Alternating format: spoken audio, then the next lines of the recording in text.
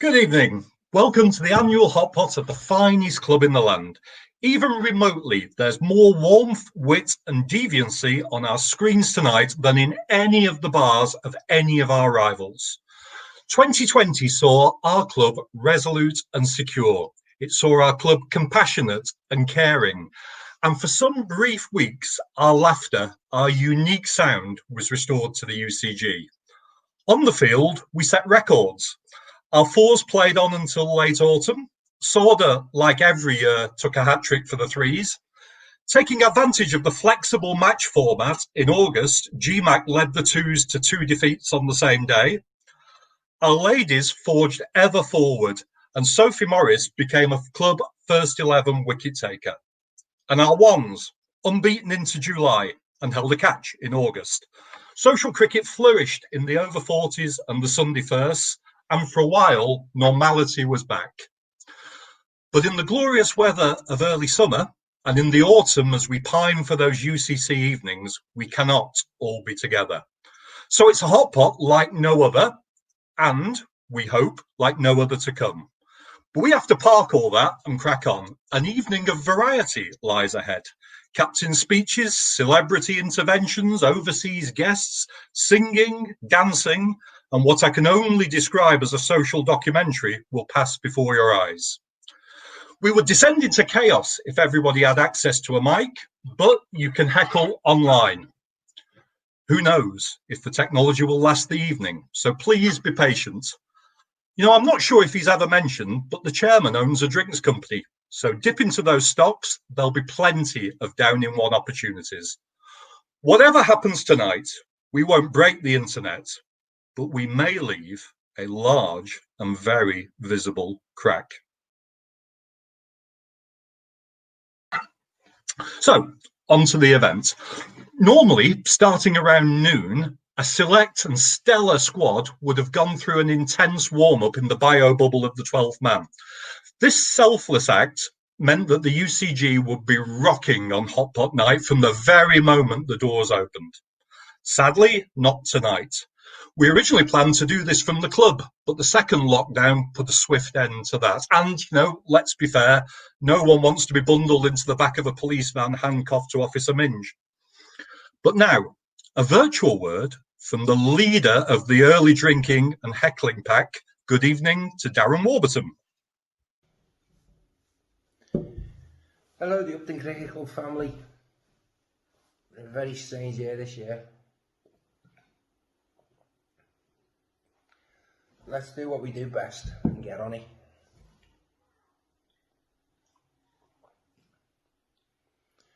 Let's make next year a fantastic year.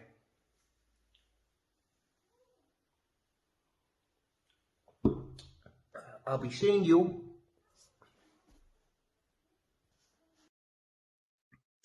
So, you get the idea. Pedigree performers amongst you would already have done 3 down-in-ones during Warbo's stint alone.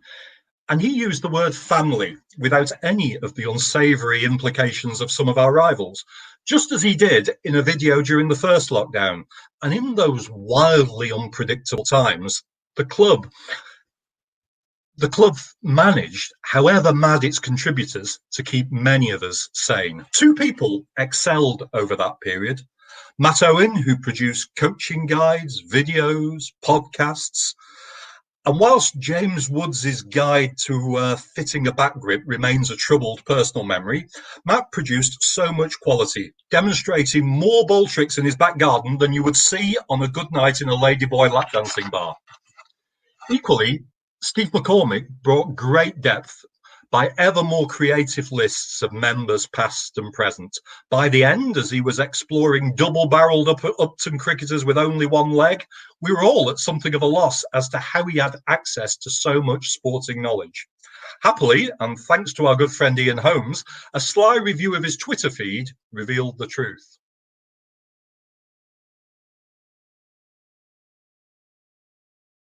So, a summer of solidarity that COVID couldn't beat. If you're behind the drinking pace, here's your 30-second warning.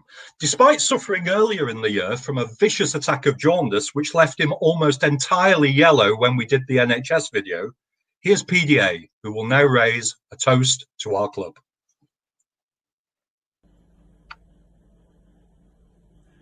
Ladies and gentlemen, good evening and welcome to the annual Hot Pot.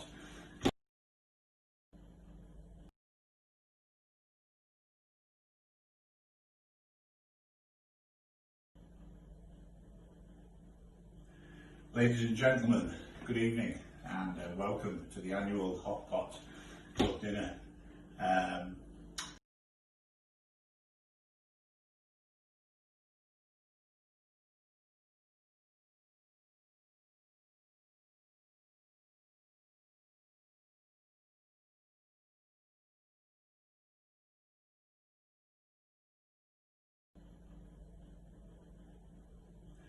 Ladies and gentlemen, good evening and welcome to the annual Hot Pot Club dinner. Certainly most unusual and perhaps, well, I hope, unique occasions we're ever going to have. But with that in mind, I think it would be right to thank people who've put this together. So big hand to Jez, Dave and Tom Marsland for putting all this together to try and bring a little bit of ray of sunshine into what are quite dark times. It is an unusual time, it's an unusual year. When you think this time last year, if I'd have walked into a bank wearing a mask, I'd have been wrestled to the floor. Now if I walk in without a mask, I'll get wrestled to the floor. How times change. There was, however, though, one great ray of sunshine in the summer through these dark times, and that was the ability to get some cricket played at our club. To all those guys and girls who turned out and provided us with some great entertainment through the summer, thanks ever so much on behalf of so many of the people who enjoy going down, socialising, meeting, and all the friendliness and associations that go on within the club. I can't thank you enough. From first team down to the ladies, thank you so much. You brought some great rays of sunshine in very dark times. It was very much appreciated. I'd also like to say a big thanks to Matt Owen, who put together this idea of the people putting teams together in the summer, sending out little videos, again, rays of sunshine that brought a lot of pleasure to people. I know I tried to put a team together, and I promised Matt I would, but I couldn't do it. Every time I tried, I just found there was too many great players, too many things to do. I tried doing a left-handed team, I tried doing over 40s teams, I tried doing drinking teams, I tried doing touring teams. There were just too many people. But what it did make me realise was how fortunate I am through this great club to have been touched in my life by so many people. People who I've had friendships, shared drinks with, enjoyed laughs and jokes. It's in the hundreds, and you don't realise till something like that makes you sit back and reflect just how special the club is. And I was so grateful to Matt because he managed to conjure up for me all those memories, and those memories were quite precious and special, and they certainly helped me through that period of time that was, to say the least, difficult. I don't want to go on. It really just remains for me to do what I'm meant to be doing, which is to propose a toast to the club. So what I would like is all those who are true blue, as the drinking song goes, raise a full pint and join me in downing it in one. For those who wish to just raise a toast to the club and to absent friends, please do so. But please now join me in toasting not the greatest cricket club in the world, but quite simply the greatest club in the world. Cheers all.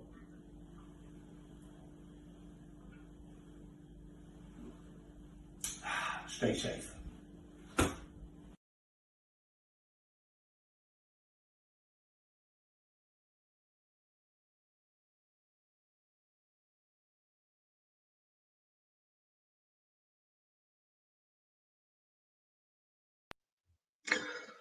Cheers, everyone. Sam Queck there, getting very close to Clarkey, I think we all noticed. And did I mention that the chairman runs a drink business? Well, I took delivery of a mini keg to get me through tonight. peerless blonde. Jez, you were right. Certainly goes down the treat. Perfect contribution from Clarkey. For so many years, the heartbeat of the hot pot and still the first name on the speed drinking team sheet. I watched him polish off 3 cans of his favourite cider in record time at the fishing weekend last year. Never before or since has 81 pence worth of booze disappeared so quickly. Now on to our first captain. We owe him so much because he's the man who safely reopened our bar. If you took along to the UCG a guide who was qualified in advanced orienteering, you'd have been just about able to negotiate his one-way system. If you had military assistance at hand, you were probably able to dodge his ankle-high razor wire. So, with deference to the pin-up boy for vodka, archers and lemonade, please join me in a sword a shot. Ah, the unmistakable whiff of petrol. To review the 3rd season, Ian Sharrock. Good evening, everyone. Hope everyone's safe. You can hear me okay. What can you say about the season? Well, normally this time of night, I probably would have had a couple of drinks, and everybody else probably would have had a couple of drinks. So whatever I say, people won't particularly ever remember. And probably forget quite quickly. So unfortunately this time they probably will remember and won't forget, unless I was banking on Beach and Alex, if they're watching, that those two would probably be well on the way. And having just seen Warbo, if that was live, then he's obviously on the way as well. The 2020-13 season, first of all, thanks to Gents for all the grounds work. He was keeping it going for a long time, even before the season started. And then once the season started, even more efforts to get the wickets underway. And obviously as well for everybody else who helped on the ground, a great effort as usual to get us playing cricket. And then one from a playing side, for me, to Charlie for his umpiring. As a captain and all the hassles you have to get through each game and each week, if somebody takes a large part of that from you, it makes a great difference. So thanks to Charlie, and hopefully he's back again next year. I will be looking for a scorer next year. Someone who's hopefully literate, can spell. Ideally go on to play cricket, so if anybody knows anybody, that would be handy. So 2020, short recap because obviously it was very short. Friendly to start, it was rained off, and then 6 games reduced due to COVID. In 6 games, there were 7 debutants: Sophie, Tom, Stephen, Lily, Charlie, and Matt, and that's 7. All played different number of games, and all had limited opportunities, some more than others. All try the best, and that's all you can do as long as you try your best. 6 matches we played against 3 teams. Lost to Neston 2-0, beat Tatnall 2-0, and drew Widnes 1-1. From the start, the object was not to necessarily just win; it was to play, hopefully give people a chance and have a good game. And I think in all 6 games we could do that. I think the largest winning margins were 30 runs and 3 wickets across all the games. So I think we did that, and opposition as well played it in the right spirits, and teams could have played it more to win it. They'd chosen to, but they didn't, and we had good games. I say the batsman of the year, even though we're not doing batsman of the year and bowlers, etc., because I think we hardly did have that much cricket. And after going down the bottom, there is Charlie, the leading run scorer, and batting very well. a couple of very good innings. Obviously knows he can do that more often and should do it more often, and he should be one of our mainstay bats. Bowling, more difficult. VJ bowled very well, a bit more like his old self. Bowled very well a couple of seasons ago, just dropped off a little bit last year still to show what a good bowler he is. But I think we'll give the bowling to Sophie, who came in as a junior, and to come into a side as a junior is always difficult. And then particularly when you come into a side that's playing in 17s, it's even more difficult. So I think Sophie would edge the bowling and just needs to pitch it up a bit more. Obviously the fielding is, I don't need to go into the fielding because that's quite obvious. I think the next set of stats are on the way to determine the league standing of fielders. So obviously that speaks for itself. When we discussed that we do a brief outline of the season, I think we said one of the things we do is a champagne moment. So of all the games we played this year, the closest game was Widnes away. Second to last game, 9 wickets down, last over, 4 to win. Charlie on strike on 50, batted very well. Gets out first ball of the over. So young Matt Fielding goes into bat. Ollie scored 40 odd in the under 15s. Hadn't particularly demonstrated his batting the couple of times he batted before, so I wouldn't necessarily say my hopes were high. But then the opening bowler bowled good line and length ball on off stump, and he played a cracking cover drive, a proper shot to score 4 and win the game. So that was the champagne moment of the season. And so that's obviously on a very short season. That's a very short roundup. I could take you through every game because there's only 6, but that would be extremely boring. So I think we'll call it quits there and let somebody else have a go. Thanks a lot. Quality stuff from Sorda there. Ian, of course, somebody who gives countless hours to our club. Talking of which, could we please make an effort to attend the virtual AGM? Let's all try to join Jez, join Clarkey, Sam Queck, I imagine. Thursday, the 3rd of December, 8 p.m. Now, normally at the Hot Pot, we'd pick out our key officers around the room, and you can't really do that satisfactorily in a virtual environment. So for this year, let's simply say that our governing committee and the unmatched volunteer instincts of our club kept us physically safe and financially solvent.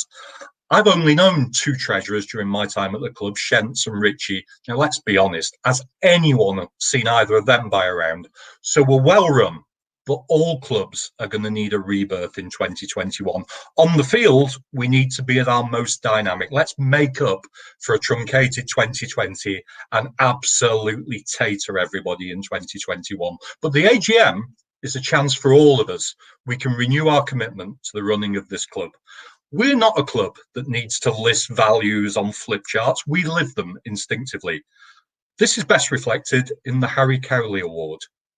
Over to the chairman to tell us more. Cheers, Dave. I'm to control technology and speak as well. You've stitched me up here. Thanks, mate. Right, I'll try and click the right button here, unlike I was doing on Clarky's video. I'll take you off the screen so there's only one ugly bloke on there. Right, evening everyone. And first of all, thank you, Dave, for agreeing to do this. I know it's not the usual Hot Pot. And I know we'll take this in the right spirit, but I'm so glad you're doing it, not Clarky, because trying to best this technology would be a bit of a struggle. Oh yeah, 4 balls through while we've been on here, so who knows what he's watching, he could be watching Coronation Street, he might be watching this. Who knows? Anyway, as they said, I got the pleasure of announcing the winner of the Harry Cowley Award. So Harry Cowley Award, for those not that familiar with it, goes to it's effectively the Government of the Year award, extremely prestigious award. Fantastic award. In terms of deciding who wins this, it's voted by government. So we, I'm not sure. Can people hear me? I'm getting a comment there. Steve, can you hear me? Okay. So anyway, I'll crack on, assuming if no one puts any comments in. Right, okay. I might just bring Dave back on screen if that's causing a problem. Right, David. I don't know if it's if when I've come off, people, or when you've come off, people can't hear. But if you mute yourself, I'll do on. So hopefully that's a bit better. Not quite sure what's going on there. Right, okay. I've got a message from Tom saying it's fine when Dave's on. So you must be the master of this, Dave. So anyway, moving on there. For those who didn't hear, I pass my thanks on to Dave for doing that, doing what he's doing tonight. And commented there that it's probably better you doing it, Dave, than having Clarky on, because who knows what could have happened with technology. Anyway, moving on to the Harry Cowley Award. The way that this is decided, it's effectively the Clubman of the Year or Club Person of the Year, rather. And we received the nominations as a governing committee, and we then vote on it. So it's been an extremely challenging year, unlike any other, really, in terms of trying to get a variety of things done, not least cricket played, making us COVID secure, keeping all of our members entertained. And it actually proved like most years, it was really difficult to separate all the different people who have done so much to enable us to get 10 weeks of cricket this year. So there was a strong list of nominations, and I don't normally do this, or we don't normally do this in terms of when we're announcing, but I'm going to break with tradition here, and I'm going to announce who was nominated, and there is a reason for that. So the nominations this year were Brian Shenton for his tremendous work in the grounds. It's been mentioned by Ian before.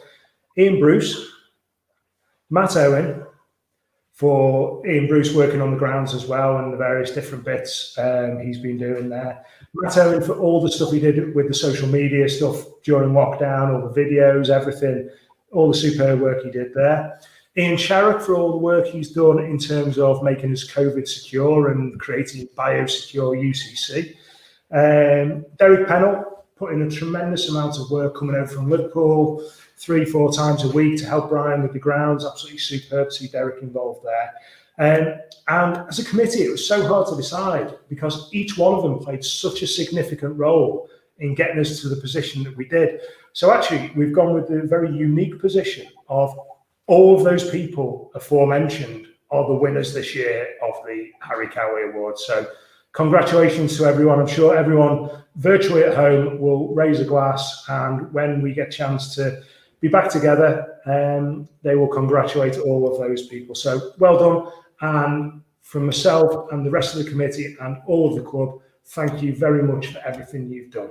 Right, Dave, I'm going to get off screen now because every time I'm on it seems to cause technical problems, and I'll just go and press some buttons here and hopefully make the magic work for you. So I'm going to disappear now and do the work behind the scenes. Richly deserved by one and all there, and I thought particularly at the beginning, extremely smoothly delivered by Jez. One of our guest people who's logged in tonight is actually the IT director from my company. He's a very keen cricketer himself, but his interest in joining our hot pot was all about the fact that it worked. They don't even trust me to log on to the system, so top work. Drinks business apart, which we may not have mentioned quite enough, Jez throws a meme party, and it was horrible this year not to have the summer ball. We all missed the dance-off, but just like our low-budget weekend TV rival Strictly, we've suffered an injury. Poppadom ankle James Williams went lame. So the ladies triumphed this year unopposed. And with a routine to wow our virtual judges, here's the lovely Madeline. Rolling on a river. Say we're rolling. Rolling, yeah. Rolling on a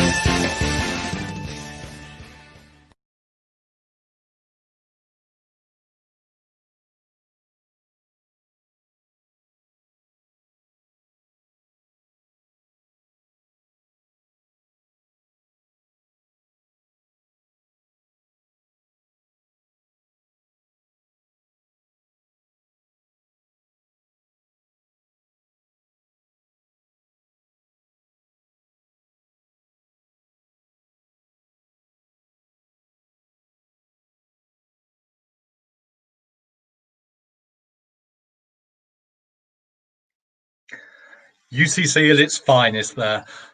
Of course, like every year, there are those we lost. Bob Davis, Brian Woodcock, and friend of the club, Willie Thorne, who thought he had a gambling problem until he met a few of our members. More widely, UCC families have lost loved ones over this period, and as recently as today, Don shared his sad news. So we're about to share a moment's silence for everybody who's lost people at this time when restrictions have made it difficult to mark somebody's passing in the way that we would like. But especially we remember Nancy Stell-Smith, whose husband and son she saw represent the club with distinction, and we think of our vice president, Joe McGowan. As he wandered the boundary, quietly proud of the exploits of his sons and his grandchildren, we saw a man who was always at home at the UCG and whose memory we will cherish when next year we all return to our happy place.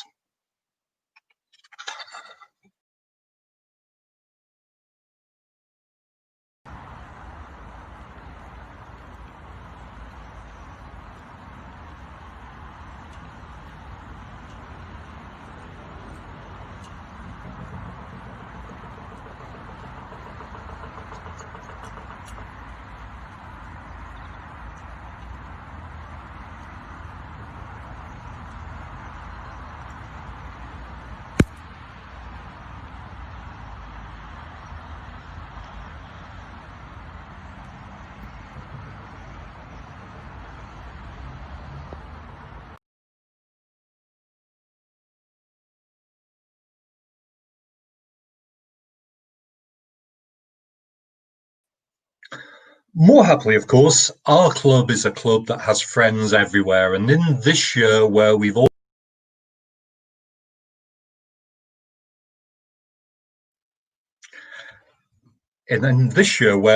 sat around rather more than we would have liked to, here's a message from one who turned that particular skill into sitcom gold.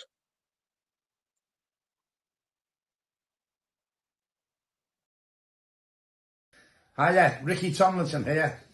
Well, I just hope all you folks there at Upton Cricket Club are having a great time. It's a lovely place. It's a pity you haven't got a decent cricket team to go with them lovely surroundings. But never mind, because I might be getting me bat out again. So if I do, I'll be coming over there and taking charge of the first team. All joking apart, I hope you'll have a wonderful night and a great season whenever we can get out and play when this COVID-19 is gone. Have a great night, all of you. Well, there's a challenge for the first team. Now, we've been here before. The last time he joined us virtually, an image few of us can erase, he was in the bath. Now, from the Cheshire Plain, as he pours himself a glass of mulled wine and dusts off the tweed ahead of the Boxing Day hunt, here's Tom. Evening all. I can't say I'm in tweed, but I am wearing a delightful pair of salmon chinos for everyone. I won't put anyone through that though. Well, this is slightly different, isn't it? I mean, I'm not sure about everyone else listening, but a weird, strange part of me is missing the questionable food, missing Richie chasing me for 25 quid for a ticket, and missing Warbo heckling every speaker who stands up because he started at the 12th man at 9 a.m. But yeah, we'll crack on. I want to just echo the thanks from everyone else who's spoken to Shents taking on the interim head groundsman job. Not the easiest job, not the easiest square to manage. And when the covers decided on Thursday night to blow themselves off the square onto the driveway, I think, and then Shents managed to prepare a wicket for the game on Saturday morning, which was a hell of a job. So thanks to him.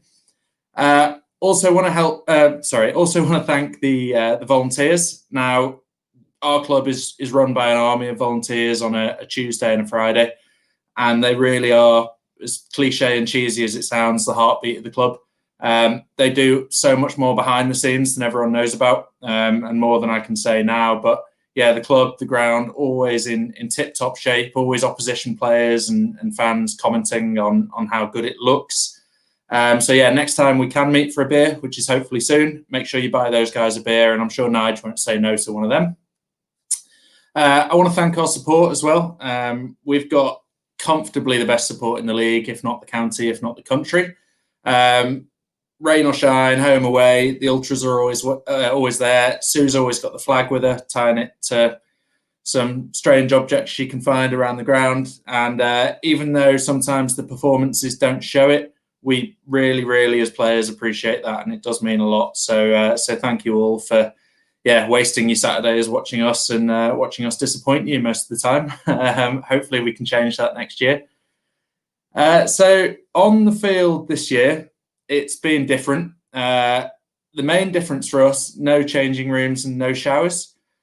However, knowing some of the characters in the first 11, I'm not really sure that no changing rooms and no showers is actually a bad thing. The cricket itself, I actually really enjoyed it. I was sort of humming and hawing whether it was going to be a good thing, cricket coming back halfway through the season, but I genuinely really enjoyed it. Now, I'm not sure if that's because it was pure euphoria of actually getting outside the house again and socialising, or whether it was the goat had moved to pastures new over the winter. But either way, thoroughly enjoyed the few games we had. Because there was no promotion or relegation, we took it as a sort of experimental year, if you like, and sort of worked on a few new things, building for the future. I'd like to thank anyone who played at all. Obviously, with COVID, with everything that's going on, with everyone's personal situations, everyone's different. So anyone who played a game, even if it was just one game, I honestly would like to thank you. But yeah, like I said, it was an experimental year, trying to build for the future. And two people that shone this year were Callum McCormack and Sophie Morris. So Callum really sort of started the year coming in as a seamer, not really sure personally what his role would be, whether it be opening bowler, death bowler, not sure what, but he's fully developed now into what I think is a very, very good quality first change swing bowler. He was brilliant in tying batsmen down, good quality batsmen, and sort of frustrating them into either throwing their wicket away or you just do them with a magical away swinger. A few quality wickets this year for Callum. The way he swings the ball actually reminded me of Gary Dixon slightly. Only difference is I wasn't scared witless of making a mistake to Callum behind the stumps like I was Gary, because fortunately Callum wouldn't tear my head off if I dropped a catch. And Sophie Morris, I know that Sorda mentioned Sophie as I think his bowler of the year, but Sophie is brilliant. She came in back end of the season. She came in full of self-confidence, full of determination, and she showed in the game at Hawke Green full of bravery as well. And she's put a serious marker down for next year as a left-arm spinner, as one of the better spinners that the club have. So really looking forward to what the future holds for both those players. Stats-wise, because my stats are always, pretty much rubbish, I don't focus on stats too much. They don't tell the full story, I like to say. But in terms of stats, batting-wise this year, we didn't play many games, but the standout batters, Matt Owen, 200 runs at 30, roughly. Sam Talbot, 100 runs at about 20. And Dave Stewart got 80 at about 15. Bowling-wise, Tommy Maguire, Liam Sumvey, both got 13 wickets each. Tommy, average of around 17, Liam at an average of around 10, and then Callum in his first year, 11 wickets at 12, which is a brilliant effort. And there were the 5 players who played every game, which really, really helped me out. So I'd like to thank Tom Maguire, Matt Owen, Liam Sumvey, Dave Stewart, and Callum McCormack for that, because it genuinely really helped. So that moves me on to the Captain's Player Award. We decided rather than the usual batting, bowling, fielding around the whole teams, we'd do individual Captain's Player Awards. For me, it's not just about performance. It's about your sort of attitude, commitment, how they support the team on a Saturday and in the week at training, things like that. A couple of mentions. So Dave Stewart, Dava, as everyone knows him. He's a brilliant example of a good team man. He's nothing but positive. He's nothing but supportive. He never gets down, never gets flustered, never gets angry. And this year as well, he performed with the bat and the ball at times. And I'm sure maybe next year the catching will improve as well, Dav. Liam Sonvey, we all know how good Liam is. I'm pretty confident Liam's one of the best bowlers in the county, never mind our league. We all know what you're going to get with Liam. On his day, he's absolutely magic. As well as that, though, he's training every week, one of the first there. He's the first to volunteer to do the jobs no one wants to do, and he's just an all-round good bloke. But the winner of the captain's player, I'm going to give it to Matt Owen. So obviously, as you can see, he got the most runs, which always helps. And he, in this sort of curtailed season, he held most innings together for us. And years previously as well, he's been up there with the run scorers. But also, he puts up with so much moaning from me. He's my sounding board. He's my first person who I send a pretty moany WhatsApp to. Sorry, I'm just trying to stop swearing. He's the first person I moan to on WhatsApp. And yeah, he puts up with a lot. And he's a really good team bloke as well. So, Captain's Award this year goes to Matt Owen. So yeah, cheers, Mo. And just as I get a glass of fizz, I want to move on to the Champagne Moment Award. Now, I know that sometimes when you hear and see sort of Champagne Moment Awards, it's around comedy moments or things like that. But what I wanted to do, actually not saying we didn't have comedy moments, Alvanley away when Luca managed to nearly decapitate himself on a netting sort of fence that they had, and then I reckon about an over later, managed to get hit pretty hard with a cricket ball in the nuts. That was pretty funny, but back to Champagne Moment. I wanted to make it a genuinely special moment, something that meant a lot to me and the supporters and the players on that day. We had a game against Hawke Green, which, if you know where it is, it's miles away. It's basically in Derbyshire on a Sunday at the beginning of September. We're sort of running quite low on batsmen, so I asked my good mate Chris Stowley to play. I pulled on the heartstrings a bit because it was my birthday, so I sort of guilt tripped him into playing. But like the good bloke he is, he said he'd play for us. Stowley hadn't played all year for one reason or another. I'm not sure if everyone knows, and I'm sure he won't mind me saying, Stowley's been through a really tough year. So I was really happy that he said he'd play and he'd come and, yeah, well, for me personally, selfishly, spend my birthday with me. I then stuck him into bat at number 3 after not playing all year on a horrible, muddy green seamer. But the best thing was Stowley then went in and got 50 odd. Looked absolutely top class, chanceless, and it was like he'd never been away.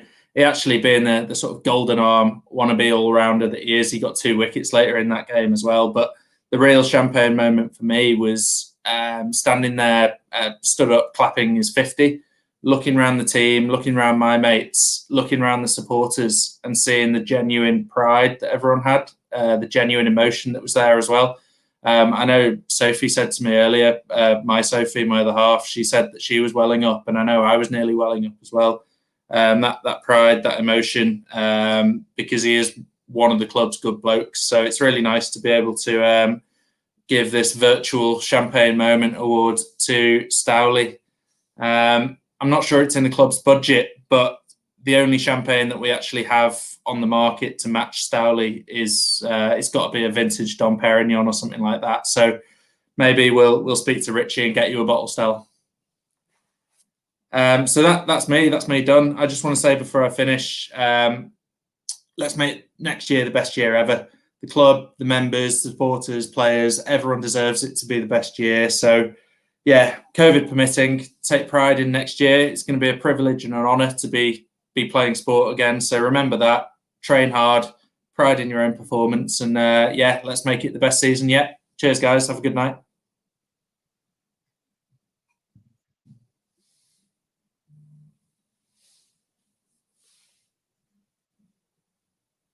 Yeah, great stuff from the skipper there. Well, with only my peerless blonde for company, it's a bit difficult to work out quite how this evening's going. Normally, if it's all live and we're all together, you have a very, very clear signal from Waldo and everybody else about just how well it's going. But during recent deliveries, he's got a beer business, you know. Jez managed to secrete a few hidden cameras at different homes of our members. So there's no more perceptive critic of what goes on at Upton Cricket Club than the cricket chairman. He's rarely short of an opinion, so we now go live to Sharrock Towers. How's job with hair. 4 years later, he left without hair. And he looked as though he'd aged about 10 years. He had to go on a year sabbatical. He went to New York. He was completely exhausted. This is Nigel, not well at the moment. He himself has said he's not going back to manage the first team at Barcelona. He doesn't want to do that.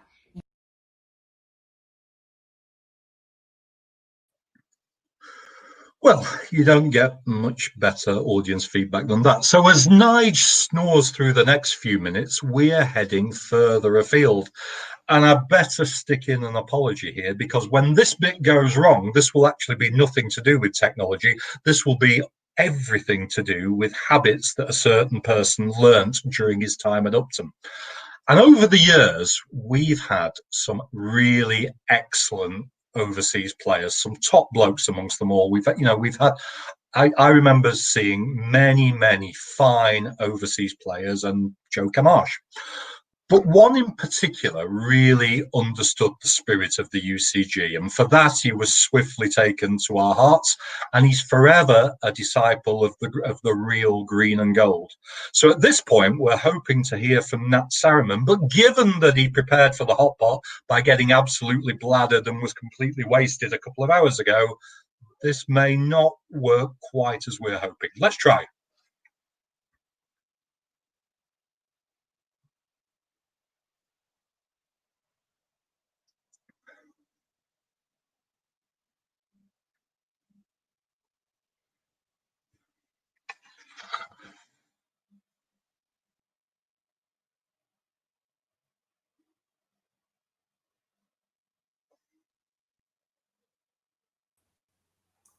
Dave, I've got nothing from that here. I've sent him messages, spoke to him about 4 hours ago. Can't raise him. Tom, any sign of life from your end from Snags?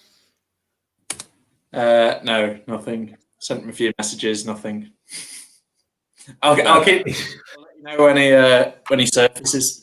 In his defence, it's quite early. Point, but yeah, like any good planner, spoke to him for the last 2-3 weeks, and he was like, "Yeah, no problem at all. I'm fine with it all." And he's just failed to deliver. Appreciating the fact it's 7:45 in the morning or something like that, and he was up till, well, I was talking to him 4 hours ago. So yeah, what can I say? So Dave, probably move on to the next bit. I'll take me and Tom off screen now.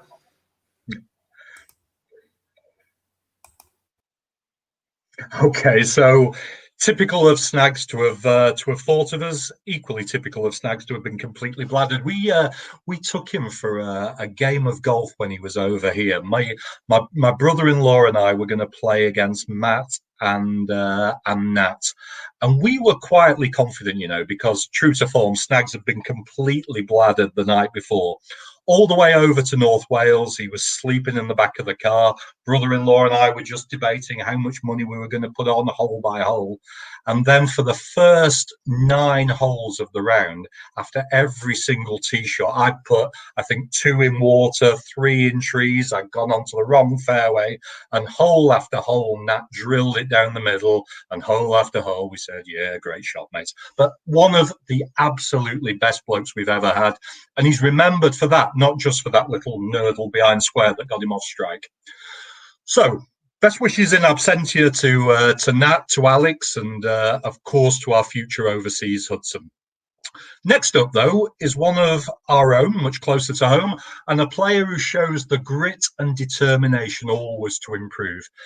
it was one of the highlights actually of the year when we reopened our nets and we were able to get people in very limited numbers back down there. The club looked magnificent. You know, Shents and Derek had it looking an absolute peach. But for the nets themselves, the twos were always very well represented. You know, Tom Woods was constantly there, you know, fine tuning that halfway up off stump leave. But speaking for the twos tonight, Sam Talbot. Thanks everyone. Good evening. I hope you can hear me. First of all, lovely clip of Nige just then. I didn't actually recognise him with the top on. Seemed a bit strange to see him like that. Yeah, representing the twos tonight. Marley messaged me about a month ago now, asking if I wanted to do the speech tonight. I said yes straight away, and then kind of realised that I only played about 3 games, but I worked it out and I reckoned that due to the Greater Manchester COVID lockdown, I reckon I was about even in terms of first team and second team's game. Firstly, before I get into anything, I want to say thanks to Tommy Maggs and the committee. Even obviously though Tommy was playing in the first team this year, he did the worst part of captaincy and picked the sides without moaning about it until a Friday night at midnight when we only had 10 players, or in some cases 9. He also made the decision not to travel to Greater Manchester despite increasing pressure from James Woods, a decision I'm sure James is still upset about now. And I think we can all agree that with hindsight and time to reflect on it, that it was the right decision. I also want to thank Graham for the captaining the games that I didn't play in after I fooled Marley into thinking I was a first team batsman for a brief period. And again, I want to extend my thanks to all the committee members for getting games of cricket on and for also deciding that I should captain the second team in the strange circumstances we were in. So, in the games I played in, there were plenty of positives. I think we took it in much the same way as the first team, in it being an experimental season and bringing a few players in. So, I mean, Phil McGowan, Joe Green and Danny Rivett all came in from, you know, the third or fourth team in some cases and played well in the small amount of games we had. Joe had the highest batting average of all the players, despite insisting that he's not a batsman and he's more of a bowler. And Phil had the third highest batting average and was the leading wicket taker in what was a very young team. So, I mean, GMAC, SMAC, Bats, Keno, Shents and James Woods, sorry James for putting you in this category, but you are knocking on now, were sort of the experienced players. So it was also good to see as well that there was 2 sets of families in the team. So obviously we had the McGowans and the Woods family. I'm really surprised that didn't end up in some sort of confrontation between the 2 of them. But somehow we managed to get through the season, even if the Woods family can be a bit overbearing at times. So thanks to our James, our Tom, and our Alex for you know, keeping their behaviour up. Moving on to something else, I just wanted to thank Livo for his biscuit back, keeping on for the season. Livo, obviously, I don't know if anyone's aware, but he is not coming back next season. I think I speak for everyone at the club when I say that when I say thank you for his efforts over the course of the season and the years that he's been at the club. But also, I hope that your injury list is a bit shorter in your next at your next club, which I'm sure it will, since you've shifted about 5 stones since last summer.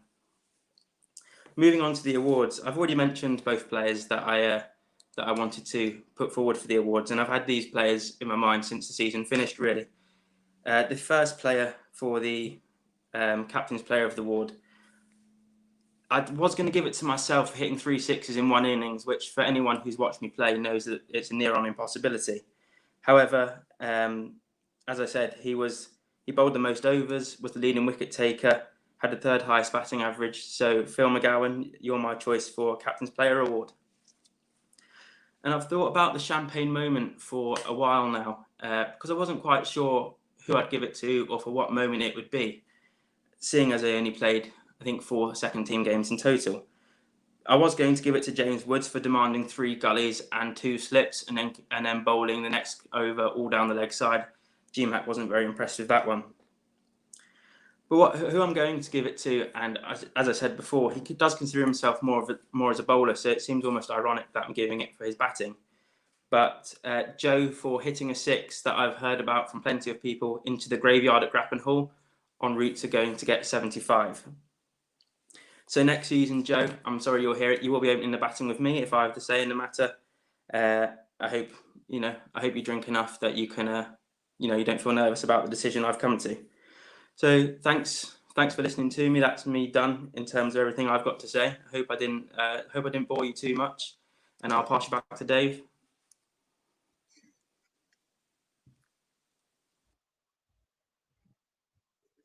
Top stuff from Sam. He does things the right way. And that's the essence of our next award, because it reflects the ethos of the club and it's in memory of the finest example. In a very tight call between the two brothers and based entirely on IT competence, we asked Sorda to announce the winner of the Harry Sharrock Award. Thanks, Dave. Like I say, for those who don't know, the award is, as you mentioned, those who exemplify best the ethos of the club. I like to think our distinctive character and values and culture and spirit that make us one club. The award doesn't necessarily go to those who are deemed to be the best or those who have done the most, but just to those who, through whatever efforts and actions that they make, whatever it may be or however much they do, they represent the club how we would like them to be represented, the club to be represented. As with other awards, we're fortunate there's plenty of people who could be the recipient. This year, it's for someone who does lots of the small things as well as the big things. From the basics of putting things out, putting it away, always willing to help, always offering to help in whichever way they possibly can, to bigger things, coming down to do the grounds, putting hours of work into that, but also the support of the club and the different teams, engaging people positively and supportively, engaging with opposition and guests and visitors to promote the club in a way I think we'd like the club to be viewed by people who aren't members of the club. So this year's recipient is going to be Derek Pennell.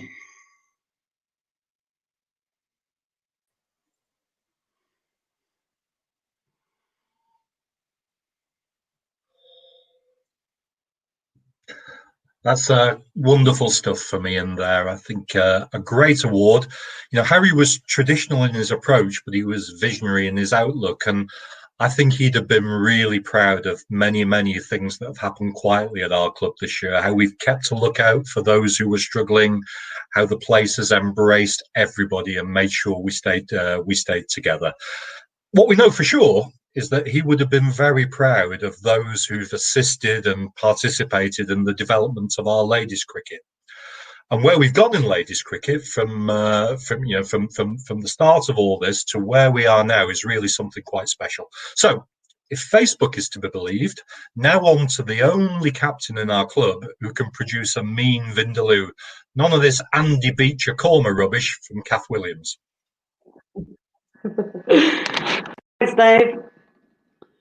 Right, good evening, everyone. I've got to put my glasses on so I can see what I've actually written. Good evening, everyone. Nice to speak to you. Well, actually, I'd rather hope that this year I was going to get away with doing a speech, but there you go. Here we are.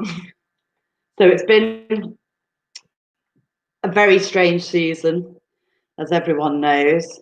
And to be honest, it was just great to get some cricket at the end of the day. We had a short season. We played 8 games in the end. Before I start, I just want to say thanks to Matt, obviously, who's been behind us, supporting us as ever, and keeping us all entertained over the lockdown earlier as well. And also, obviously, to Brian, who prepared all our wickets for us. So thanks very much. We obviously the ladies team really appreciates all those that support us, and we do have great support in the club, and I know that, and that's fantastic. So as I say, we played 8 games in our short season, and we actually ended up finishing third in the table, right in the middle. We had just Nantwich and Porthill Park above us. Unfortunately, I felt that we started the season with our hardest opposition, and it was a little bit of a dent to our confidence, really. So we played Porthill Park first game of the season at home, which included captain Evelyn Jones, who was averaging over about 130 at that time. So we knew we had our work cut out, and we actually bowled extremely well that day. And Evelyn came over to me at the end of the match, and she actually did compliment us on our bowling, and she said, and our fielding actually. She said that she was really impressed with the whole team and the bowling and the fielding, and I had to agree with her. Unfortunately, we were all out for 34 that day, but I felt that kind of knocked our confidence with our batting, which kind of followed the rest of the season. So the rest of the season followed in a series of very close matches, and we continued from the last season of our knack of defending very relatively low targets with excellent bowling and fielding. It's definitely our strength at the moment, and it was very pleasing. So we were only actually beaten by Nantwich and Porthill Park this season, and I've actually no doubt that we are a match for Nantwich, and we know that we can beat them. And we were unlucky, really, to lose twice to them this season. Like I say, batting was probably our problem this season. We didn't manage to get over a total of 100 this season, so that says it all, really. It was really pleasing, though, to beat both Oxton and Chester, both home and away. So we beat them both twice. All really good competitive games, which saw us really holding our nerve at the finish with some very tight finishes. At this point, I'd like to mention, for me, what was our champagne moment of the season. I think our first game against Chester at home, we'd batted first, and we posted a relatively low total, and they were cruising. Their 2 openers were not out, I think 30 yards and 20 yards, and they're actually cruising. And then Philippa came back on for her second spell and immediately removed both of the openers, one after the other. And that was the end of that, really. We went on to win that match. It was a close finish, but that was the end of their challenge. So yeah, I'd like to give champagne moment to Philippa for that moment. So just going on to talk about how we did over the season. We had Lily was top scorer with 118 runs, and her highest total was 60, which was a brilliant return to form. She batted really well. Philippa also was our second highest scorer, and she scored 100 this year, and she was delighted to score 53 against Oxton. That was her first senior 50, so that was a fantastic performance as well.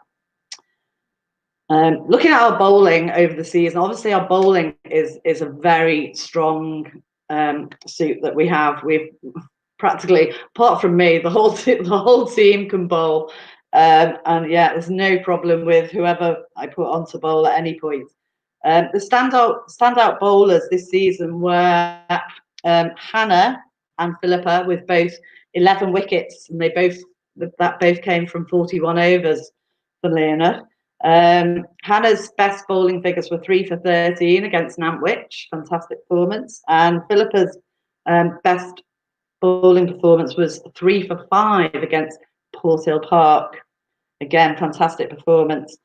Philippa also bowled 13 maidens out of her 41 overs at an economy rate of 2.02, which is phenomenal, really. And considering that Philippa was our second highest run scorer and our top joint top wicket taker with the best economy rates, I would like to give the Captain's Award to Philippa this year for a fantastic season. I'd also like to make a special mention to Phoebe and Amelia, two of our youngest members of the team who have really stepped up this season. They've both come in and made really important contributions to the team. And also I'd like to mention that Phoebe ended up with 3 stumpings and 1 run out and was our top fielder of the year. And obviously a very proud moment for me and the whole team was when Sophie made her debut for the first team, as has been mentioned already tonight. I'm absolutely certain that it won't be the last time we see either her or a number of other ladies playing for the first team or definitely the second team, because our team is actually full of very talented cricketers. So yeah, I'm looking forward to seeing that in the future. I'd just like to finish off with saying, obviously, I've now decided to step down from being captain. I've been very proud to be captain of the Upton ladies team over the first few years that we've developed. It's definitely the right time for me to step down. There's a number of, well, the team is full of very talented girls who've all matured over the last few years, and they all show a great understanding of the game as well. And I'm delighted to hand over to Lily. I just hope to stay involved for a few years yet and hope to continue to see more success in the future, and just hope to see our ladies team go from strength to strength, which I'm absolutely sure it will. So I will sign off and I will say cheers to everyone too. I wish we were all together to celebrate, but hopefully next year. Cheers.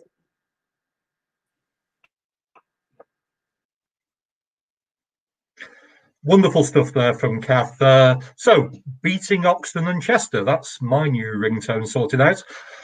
So, moving on from the Rachel Hayho Flint of Upton, you'll be wondering why I'm wearing this very natty fashion accessory. Well, first of all, I've been happily ignoring most of the online heckling, but yes, I can confirm I purchased this as a matching mask and thong set. Leave that to your imagination. But why am I wearing the mask? Well, it's a long story. We were trying to replicate the spirit of the hot pot, so I ordered a hot pot takeaway, and then there was something of a logistics cock-up. Who would have thought I'd fall victim to that? And in the end, the hot pot was delivered to the club, and well, Kenny Barrett was there and he wolfed a lot. So I've got another one on order, but now technically, this is a multi-location broadcast with a tier 3 emphasis under lockdown on a Friday. So when the delivery actually arrives, I'm an extension to a catering outlet. So that's why I've got to wear a mask. Clear? I would have thought so. Anyway, as ever at Upton, we're ahead of the trend. And we have a rich mask-wearing heritage. I kind of feel at this point that I should flannel for the next 50 minutes or so we get past the 9 p.m. watershed. But, well, we took a deep breath. We signed every possible legal disclaimer, and we asked Richard Battersby to explain it in more detail. Good evening all. Hope you're all well and safe in these very strange times. I'm currently in my office where I occasionally work from home, so please ignore any background noises or things you may hear. Now I've been asked to do a short official UCC health and safety video on the benefits of wearing face coverings. Excuse me. Now our very own legendary Big Dave Smith is very good friends with a gentleman called Swiss Tony. Now, I would imagine Swiss Tony would say, wearing a mask is very much like making love to a beautiful woman. Good evening, Sue. You're looking very suitable as always. Keep up the good work. Right, back to the masks. I'm not going to keep the Swiss Tony impression up. It was pretty awful anyway, but you get the idea, so use your imagination. Right, wearing a mask. So, firstly, you need to get her out of a protective packaging. Now, sometimes this is a fairly easy process, doesn't take too much effort at all, but Other times you might need to use a bit of force, so please be gentle though. You don't want to break it before you've had a chance to properly use it. Always a good idea though to have a spare nearby ready for to call on at short notice. Now you've got around to full glory, you need to carefully take hold of her with both hands. Good idea. You might need to stretch her out a bit. You need to ensure it's a good fit, but you don't want it too tight. If she feels a bit cold, give her a bit of rub, and vigorous rub for 30 seconds usually does the job. Next step, you need to fasten her securely, either behind your ears or around the back of your neck. And finally, you are ready to enter. You need to work your way slowly, ensuring that your mouth and nose are both fully submerged, and pretty much there you have it. A very happy wife. Perfectly fitted face mask. Right, swiftly moving on then. But if any of you ladies need a little break, just want to grab the old mop and bucket, I'll hang on for a few seconds for you. Right. Now, some of you may know that quite a few members of this club are actual pioneers in wearing face masks. Been doing it for a good long time now. So I'm going to take this opportunity just to run through a few of the main benefits of wearing face coverings.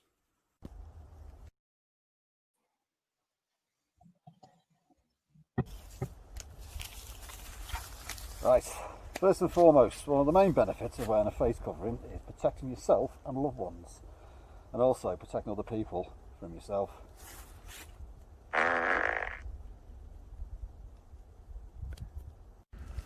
Another benefit of wearing face coverings, masks, is they're quite fun and you can actually scare people.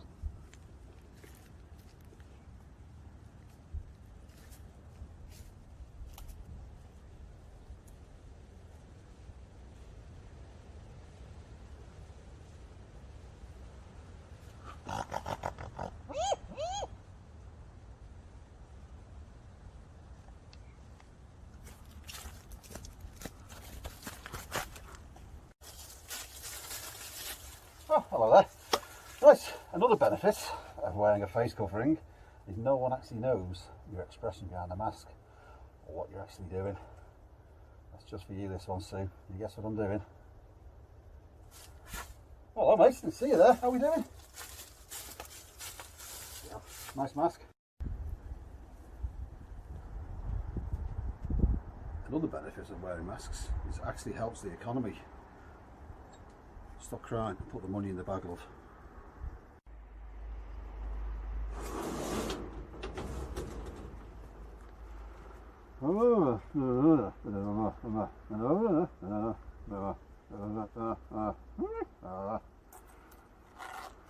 That's one of the most important things I can ever tell you about wearing masks.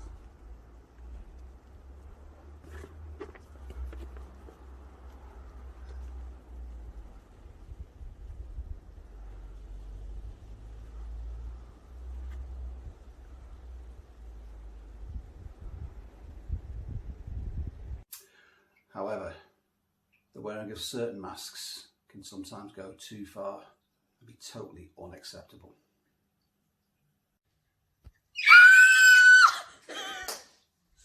So, ladies and gentlemen, here's to another great but unusual, slightly different UCC Hot Pot evening.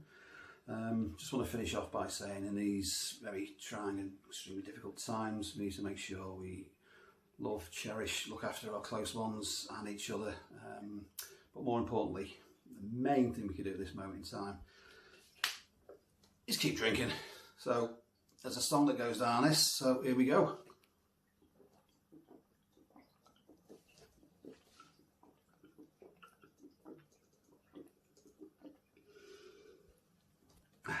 Cheers.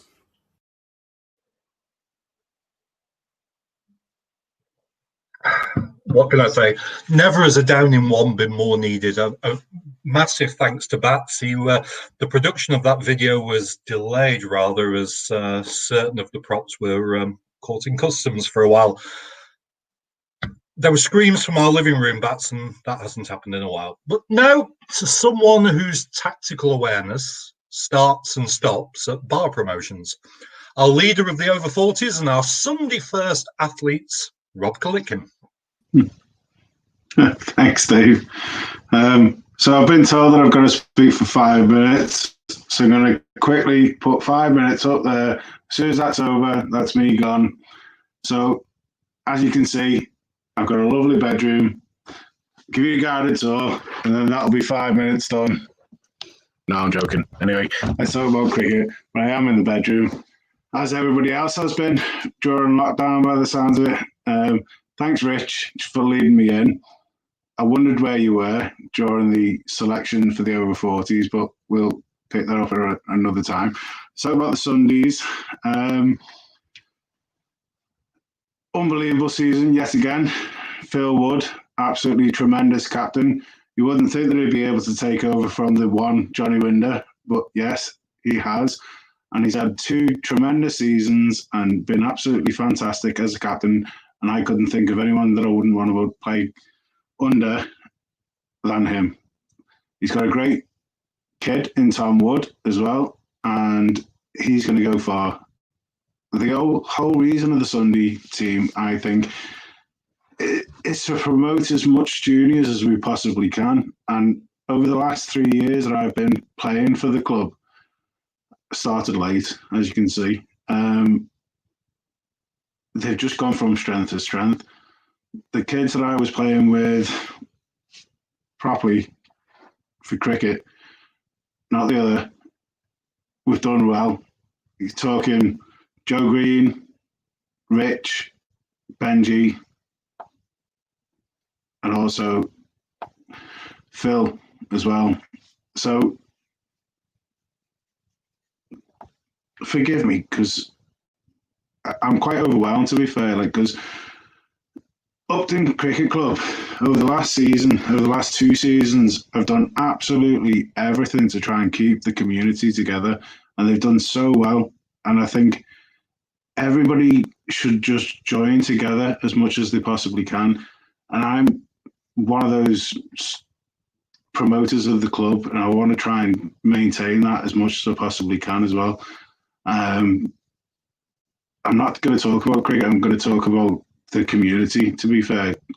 Upton Cricket Club, they've been there for absolutely years. At the end of my road, my mum lives at the top of the road, I live just around the corner.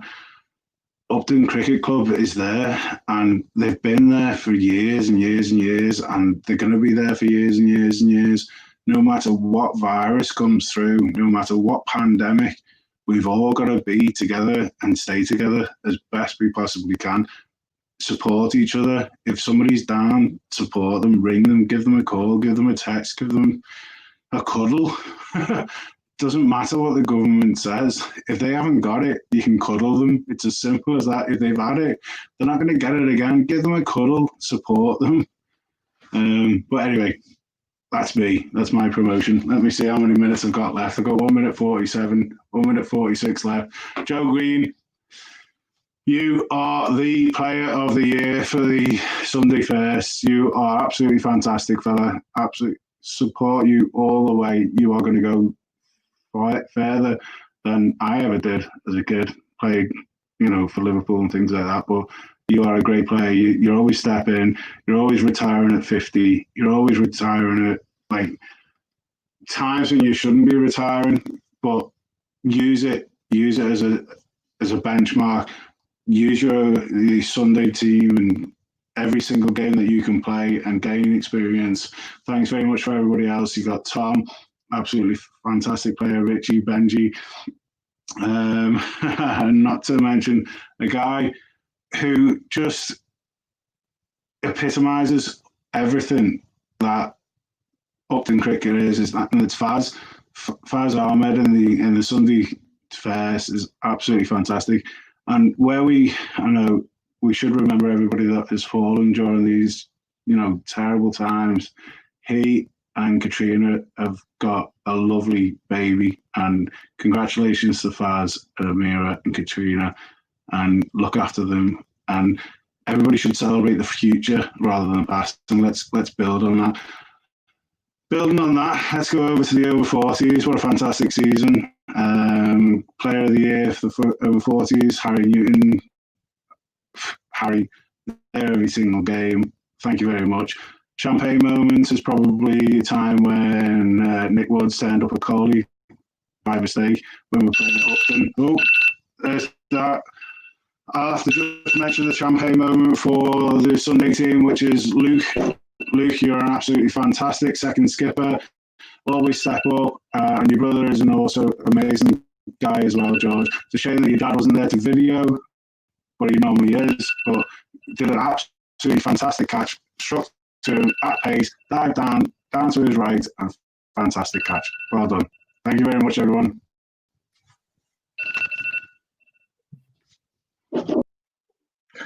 Yeah, excellent stuff there from Rob. I think for many of us, it's a life ambition to actually meet an estate agent that you can trust. And I thought it was particularly nice to be invited into Rob's home that personally I found surprisingly spacious and deceptively well appointed.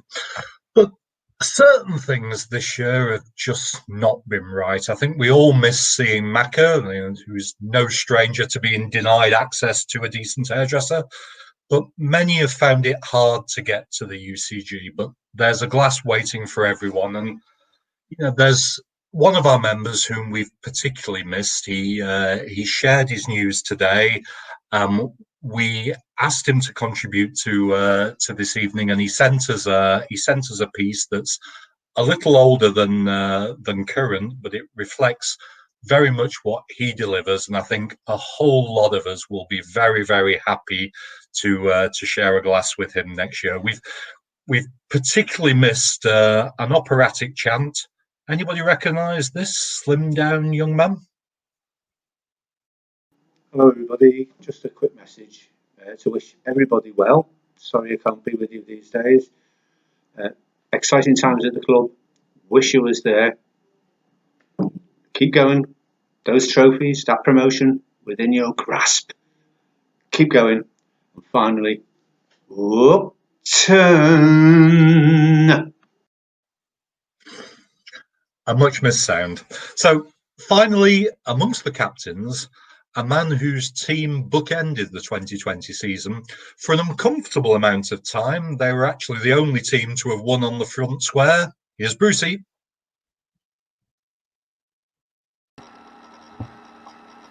Hello everybody, well it's almost over. Fourth team. I think I said last year about the fourth team being the Cinderella team of the club, but this year we kind of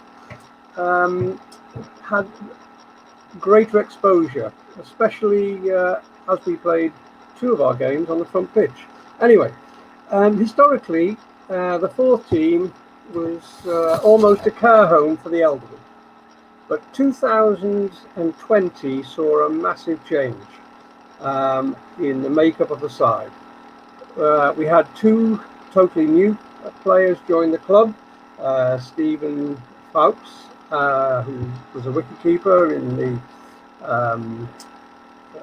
Liverpool League, and Adam Carney, who joined us, who's in his late teens.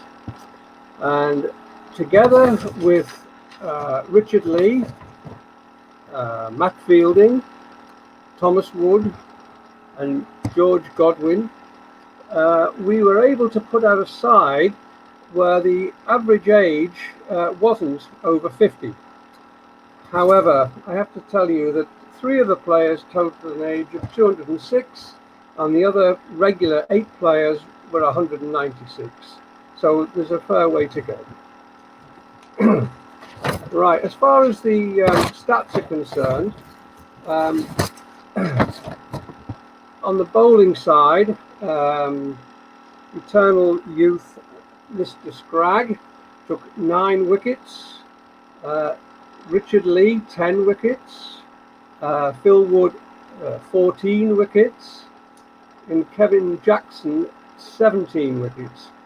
Now Kevin would have had a lot more wickets, but he is the only bowler that I have ever played with in a curtailed season, who actually was removed from the bowling attack on 2 occasions for pretending that the 22 yards was a coconut shy and aimed for the heads of the opposition.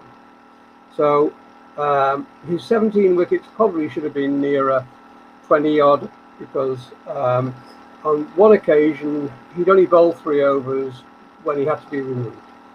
So in terms of the batting, the old codger, Rob Chapman, scored 193 runs, an average of 24.13. Adam Carney, one of our new players, 151 runs, an average of 25.17. And Phil Wood, who keeps the average age a little bit higher, he recorded 21.29. Now, we played a total of 9 games. We won 5, lost 4. We played some very strange teams, and some of you may have watched the match on the front pitch, when in one game, one player on the opposition scored 117 out of, I think it was 180, and there were 40 extras. So the rest of their side scored bugger all. We lost by about 14 runs and found out that this guy played in the Yorkshire League and was a bit out of his depth playing against Upton Forths. But anyway, we gave them a hell of a go, and as I say, we only lost by about 14 to 15 runs. And moving on, we had lots of champagne moments. One of them was when Rob Chapman, having batted for 20 overs against Oxton for a score, I think it was 9, and the opposition, one of the bowlers bowling for Oxton, recorded 10 overs, 8 maidens, none for 2, 1 for 2, sorry. But anyway, Bob saw off the opening bowler and promptly got out first ball to his replacement. And Rob was not too happy, but managed to impale his bat in the outfield, just missing Graham McGowan's head. Another champagne moment was George Godwin. Now, George Godwin is the smallest player I have ever seen play senior cricket, and certainly one of the most enthusiastic. He's batted on a number of occasions, was only out once when Faz ran him out. He's an absolute gem of a lad. And in the game, and I think it was against Hertford, a guy skied the ball, it went forever up in the air. Adam Carney's running to catch it, and George is running to catch it. They totally collide. Now, George is about 5'1", and Adam's a fairly big lad. And they absolutely ended up in a tangled heap on the outfield. And a bit like the sword coming out of the lake, George's hand appears from the tangled mass of limbs with the ball in his right hand. Hell of a catch, and I'm sure that the people who are on the front pitch watching that will never forget it. Other champagne moments were when George again was batting and Mr. Scragg came in at number 11. George walked down the wicket to greet John to tell him what the bowling was like. John is 71 years old and has been at Upton since the 60s, and George wasn't fazed at all by having this legend join him at the crease, and they batted out undefeated. The other main champagne moment was when we were playing Irby at Irby, and John Scragg, who, as you know, is selected because he can score, he was operating the scorebook and the temporary scoreboard. And a lady from Irby was really very irate because she couldn't see the scoreboard. John reminded her that this was for the players to know what the progress of the game was. She ignored John, as most people do, and turned the scoreboard to face the pavilion. Within the next 2 overs, Phil Wood decided this had gone on long enough, we were chasing a fairly low score anyway, and hit a flat 6 straight through the window of the Irby tea room where this lady was sat. So we thought it was divine intervention. The games were largely a mismatch because within the league we were playing in, we had a couple of teams who had one side, and they were obviously second or third team standard, but we gave every team a real game, and at the end I could say that everybody enjoyed their season. The main thing to come out of the season was the enthusiasm of the new juniors, and some of the obviously seniors. Phil Wood, for example, was always first at the ground to help out and do everything, and all the players were committed 100%. It's the first time in 25 years of captaining various third and fourth teams that I have never struggled to raise 11 players, and they all contributed. They either moved the side screens without being asked, they put the boundary markers out, the covers, whatever it was. It was the easiest season that I've ever had.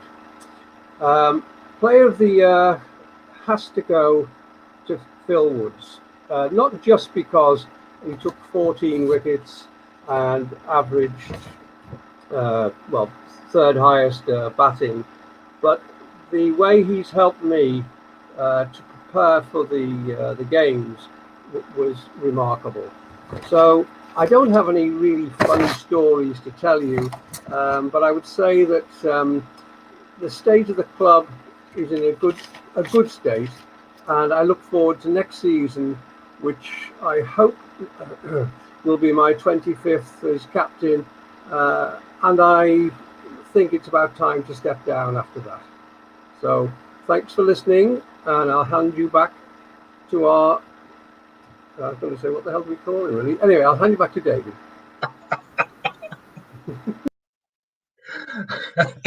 Brucey, that's the best link I've ever had. Wonderful to hear from Brucey, especially with the flashing lights of an illicit nightclub. So good work there. I guess we've reached that point in the evening, and I'm feeling amongst friends, so it's time for a little confession. Normally speaking, during the hot pot, there reaches a point where the beer takes hold or the atmosphere gets too rowdy. And to be honest, because I'm not in the first flush of youth, I get to a point where I lose my train of thought, and you need 30 seconds thinking time. And there's one man at Upton Cricket Club, the mention of his name, it gets the whole room singing. We've tried to replicate that through the Robson and Jerome of Upton Cricket Club. Sing along with Beach and Holmesy as they belt out a club classic. There's only one Johnny Windle, only one Johnny Windle, walking along, singing a song, walking in a window wonderland. There's only one Johnny Windle.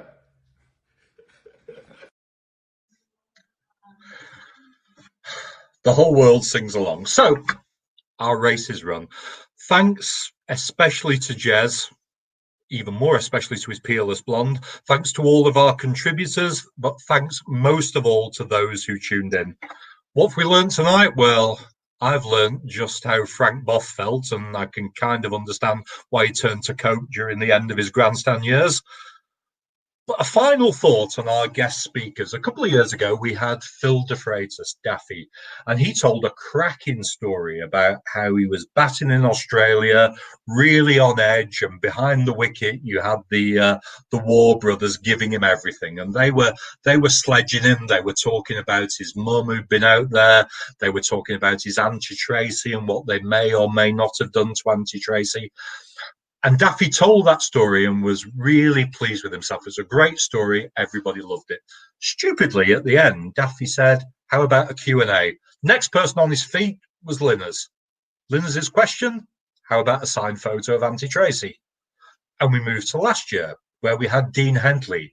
And Dean spoke. He did a very good, a very concise, relatively short speech, but his main selling point was, I'll do Q&A for as long as you want. And he did, and he was great, and he engaged with all the club. And at 4 o'clock in the morning, he was pouring shots for those of us who were still around. But the Q&A did go on a little bit, and we were all kind of anxious to get to the bar. What did we do? We turned to Mad Dava. Mad Dava stood up and he said, I haven't really got a question for you, but my message, Dean, is sit down, mate, and have a bevy. And that's me done. So get ready for the last doubting one of the...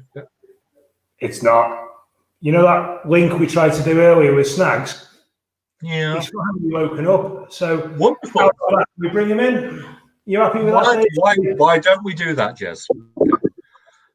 There we go. He's coming in now.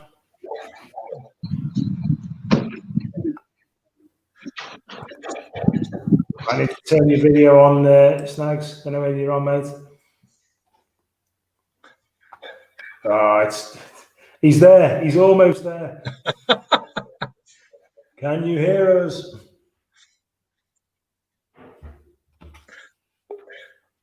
Hang on. He's trying on a different channel.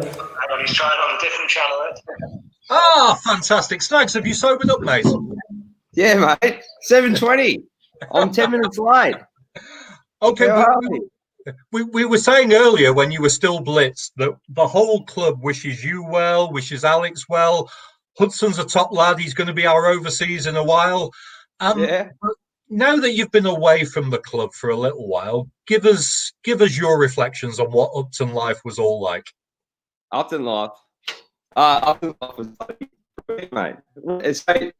What's the time over there? Because Jez told me 7:20, so I reckon I'm about 20 minutes late. That's not too bad. Mate, that was UK time, not Australian time. Oh, well, how am I supposed to work that out, mate? Bloody hard enough here. All right, well, I'm sorry that I'm sorry. As you can see, guys, beautiful Australia Day. No coronavirus over here. We're all happy days.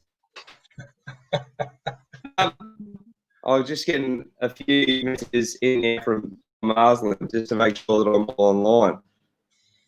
Upton life. Oh, Upton life was fantastic. I miss it a lot.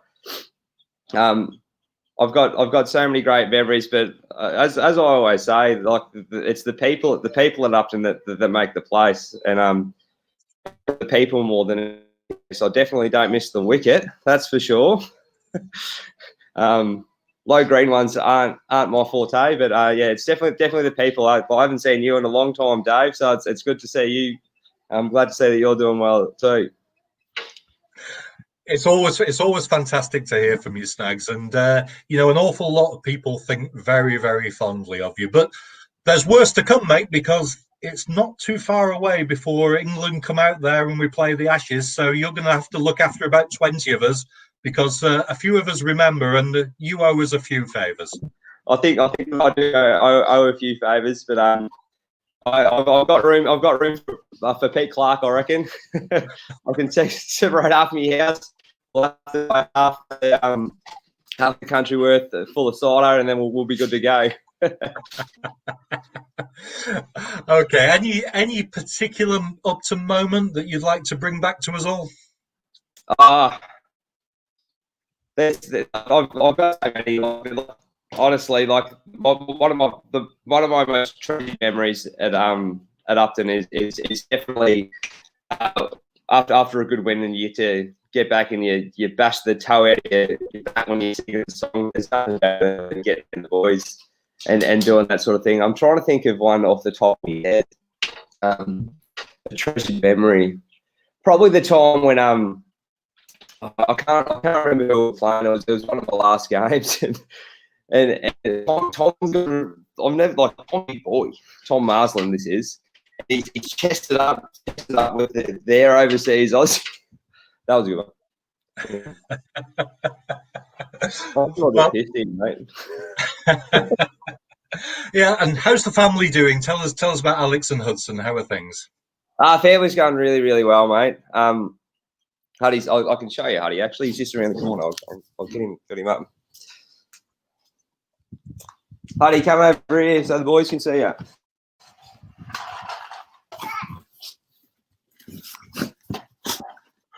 There's a big boy. Good here. Fantastic. Say hello to all the people in England. No, everything's going really well, mate.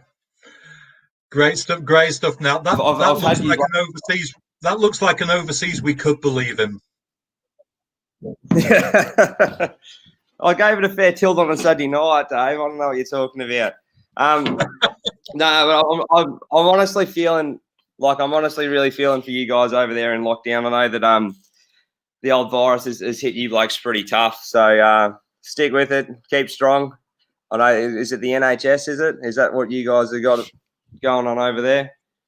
Yeah, they'll do all the good things. But yeah, it hasn't been very nice, the old coronavirus, has it? No, that's true now, but they do say alcohol wards it off, so we're feeling pretty confident at the UCG. No, good. Nat, it's fantastic of you to join us. All the club thinks so highly of you. We all hold a special memory of you. You were part of our club from the moment you arrived, and you remain part of us now. All the best to you, mate. No worries, thanks. And I do follow along constantly, so I'm always checking in with the scores and that sort of stuff. I'm always in constant contact with Tom as well. So hopefully next year when things get going, that you blokes will be able to push back up and get back up into Div 1 and do really, really well. Excellent, Nat. You try and sober up a bit, eh? Will do. I'll try. Thanks, Dave. No worries. Everyone else, take it easy. See ya. Okay, that was top class from Nat. Really, really glad that he managed to join us. He's a really favourite son of our club. So we were just talking about how we got to Dean Headley, and we've been through the Q&A, and it gone on and on and on. And in the end, we needed to bring it to an end because it was time to get to the bar. And Mad Dava took to his feet and he looked at Dean Headley and he said, "Sit down, mate, and have a bevy." So that's me done. Get ready for the next Down in One.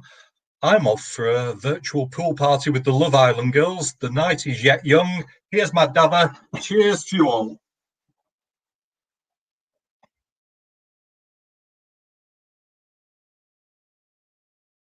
Hey Upton family, it's your boy Rose Dave here.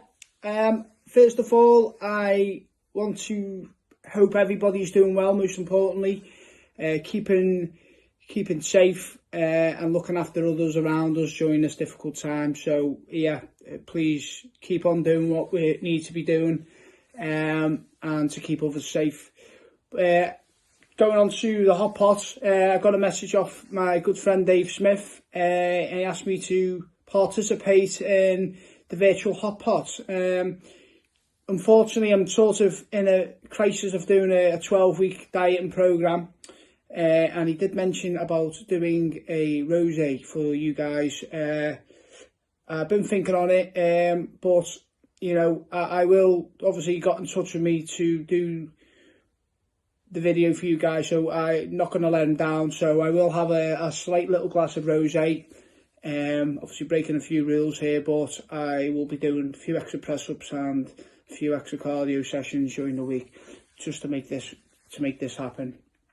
But yeah, so please everybody enjoy the virtual hot pot, and listen, sit down, grab a drink, and let's make this party happen, people.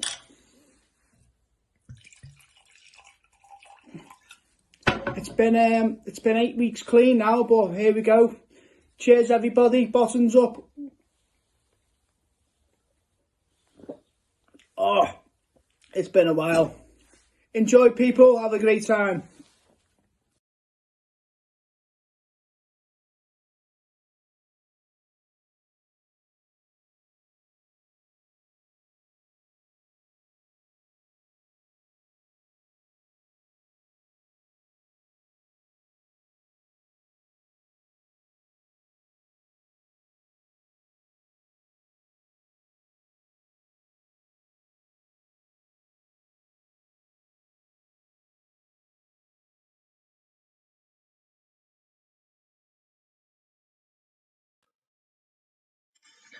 Top class, everybody. Warmest thanks to you all.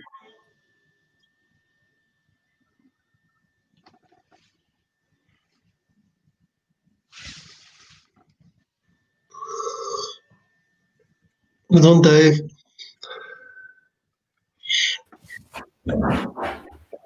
Just, guys, absolutely. Well done, Tom. Great hand, that. Yeah.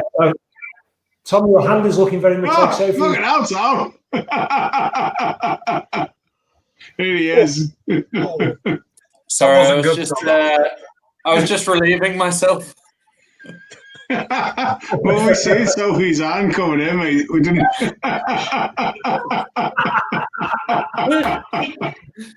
Absolutely superb, everyone. Thank you so much for doing that. Brilliant. Oh, mate, I was bladdered. Anyone notice?